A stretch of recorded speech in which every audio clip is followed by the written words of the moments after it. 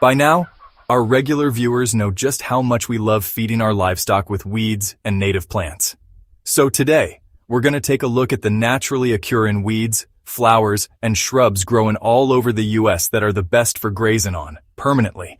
These are the ones that help keep our livestock fed and healthy by being the most nutritious out there. The great thing about flowers and shrubs is that they're less fibrous than grasses, which makes them a whole lot more digestible. And you know, most native weeds are actually real nutritionally dense. All of our top picks today are considered invaders of the vegetable patch. But instead of going on a killing spree to rid your property of that crabgrass and dandelions, just hang tight and have a listen to how well-rounded they are in terms of feeding your animals. You might just start looking at the free food nature's been cultivating for you all these years with a newfound appreciation. First up, stinging nettle. Just like the name suggests, it's got a little bit of a bite to it, but hey, once it's been cut and dried, it doesn't sting at all. Then, it becomes quite palpable. It's packed with iron, phosphorus, calcium, vitamins A, C, D, K, and all the B vitamins. And best of all, it comes with a whopping 22% protein. That's right, 22. It's actually comparable to clover when it comes to animal fodder. The great thing about nettle is that you can absolutely grow it and cut it down, just like you would alfalfa every few months before they flower and spread. Sure, it needs to be dried before the animals will eat it, but you can fit so much with so little care into a small space. That makes nettle a very easy and highly nutritious source of food for your animals. And it's not like you'll have trouble finding it. It grows in almost every state in the US. Next up, kudzu. We've mentioned kudzu a few times before. The killer of forests and probably the fastest growing invasive weed in the US is actually a very palatable food source for all of your livestock. And it makes for a real convenient way to apply rotational grazing if you live in or around forested areas. You literally cannot overgraze an area of kudzu. This is the one plant we'll always encourage folks to eradicate when they can. The invasive species has no natural enemies, and the only thing that can keep their numbers in check are pigs. So go on, save the forests and let your hogs loose on those high-protein vines. You can feed the high-demand hogs up to 60% with kudzu, and they'll be happy, healthy, and thriving. And speaking of devils that can take over, let's not forget crabgrass. Now, surprisingly, it's not just the 14% worth of protein that makes crabgrass so valuable. It's also its ability to help cattle gain weight. It's actually the superior summer grass in terms of nutrition when compared to almost all other natural grazing grasses. And the best part? You don't need to do anything special to get it to grow. Chances are, it's already present in every corner of your property. It can be actively grown and cut into hay, especially since it grows so quickly, and you can get several harvests from it in a single season. Your animals will seek it out if they're given half a chance to graze on their own. Now, you'll notice we're avoiding grasses for this round. And even though crabgrass is a grass sort, it grows so low and it's so universally despised by everyone that we just couldn't not add it to our list of weeds. Clover is a very well-known fodder option, but one variant usually gets forgotten about completely. Purple prairie clover doesn't even look a whole lot like its cousins, so it shouldn't be surprising that many folks overlook it. But we want to draw attention to it for one very specific reason. You know, besides being healthy for your animals. It's about where it can grow. For those of us who live in hilly areas, surrounded by ravines and generally uneven landscapes, prairie clover is your friend. They grow just as well on slopes as they do on flat plains. They're also one of the few plants that can thrive in sandy, erosion-prone soils. And while they're giving your poor soils some valuable root systems to keep what little you have in place, they'll increase the nitrogen in the soil. They are related to legumes, and their nutritional makeup is similar.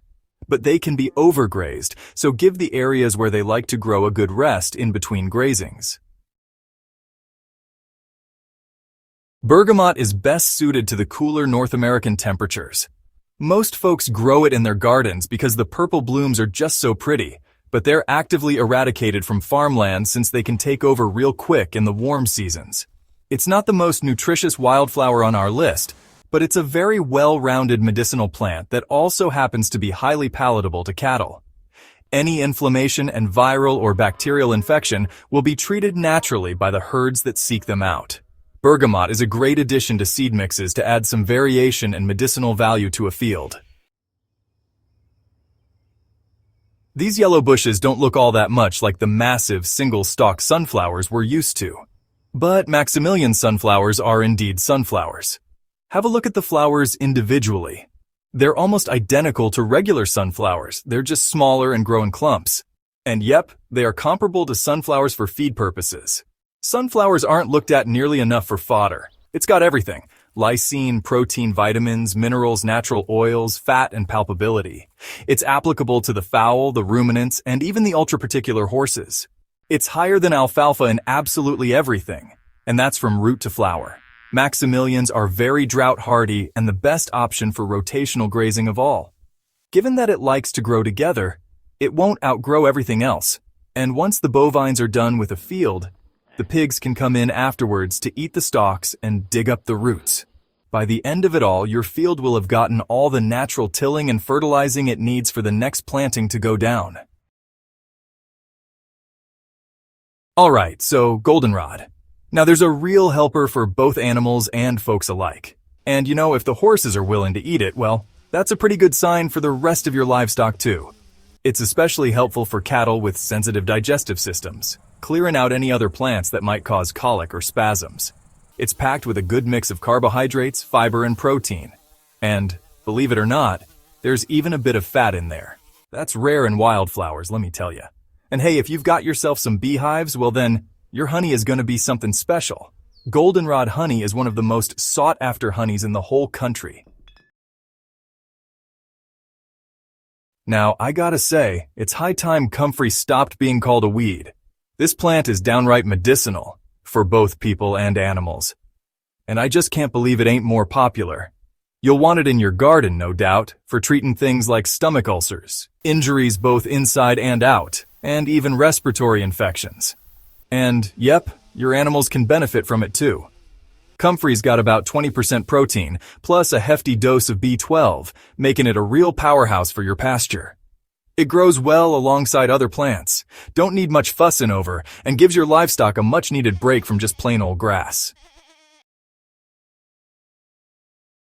It's a bit of a shame, really, that we even gotta include blackberry bushes here.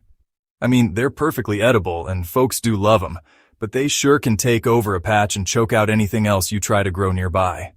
And those thorns? Ooh, they're nasty. Keeps most folks from wanting to deal with them at all. So most times, folks just burn them out to make room for graze. But here's the thing. Goats, pigs, and cattle, they can eat around those thorns just fine. Pigs don't even seem to mind them one bit. And chickens? They'll gobble up the fallen berries and even the bugs hiding in the rotten ones.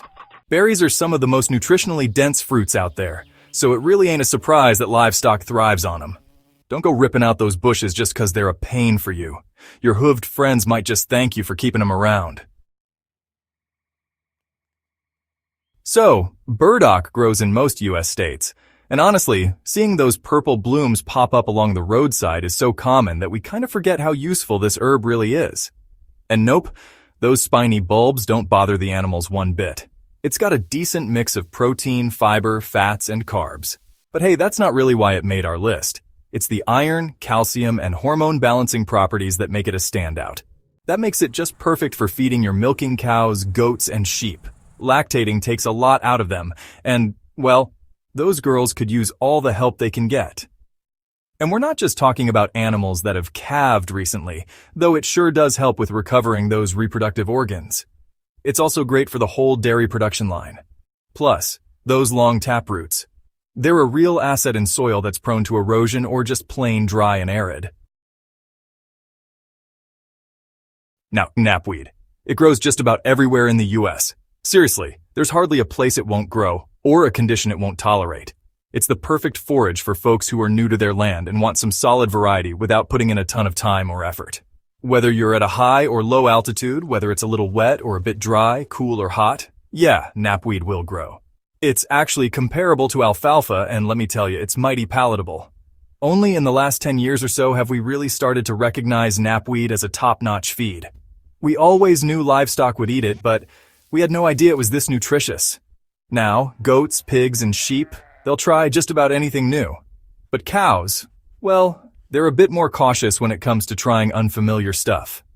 They might need a little introduction first, but trust me, once they get a taste, they won't think twice about eating it again. Dandelions? Yep, one of the most common weeds across the US. But hey, don't go pulling them out just yet. They've got so much to offer you and your animals that it just doesn't make sense not to let them grow on your land. Every time you turn a herd loose in a field, you better believe the dandelions are the first thing they go for. Even the chickens go nuts over them. And if you think back to your childhood, chances are you nibbled on those tangy, sweet and sour stems once or twice yourself. A lot of farmers even grow dandelion fields on purpose just to bulk up their feed storage. It's got a little bit of everything, but it's especially high in calcium. And surprisingly, it's got some calories and carbs too. So unlike other weeds and herbs that are packed with nutrients but low on energy, dandelions have the added bonus of helping your animals put on some weight. And there you have it, the most nutritionally dense and well-rounded feed options that, let's be honest, you've probably been trying to wipe out for most of your adult life. But don't let the weeds win. Feed them to your hungry farm buddies instead. They'll be healthier for it, and you'll feel better knowing that the dreaded crabgrass invasion is actually doing some good for once. Nature's got everything you need to keep a well-fed and balanced farm running. You just gotta know where to look. So, what do you think? Do you agree with our favorite native feed picks, or have you been using a shrub or wildflower that we haven't mentioned yet? Let us know in the comments below. And while you're at it, go ahead and leave a like and share this video. See y'all next week. Cheers!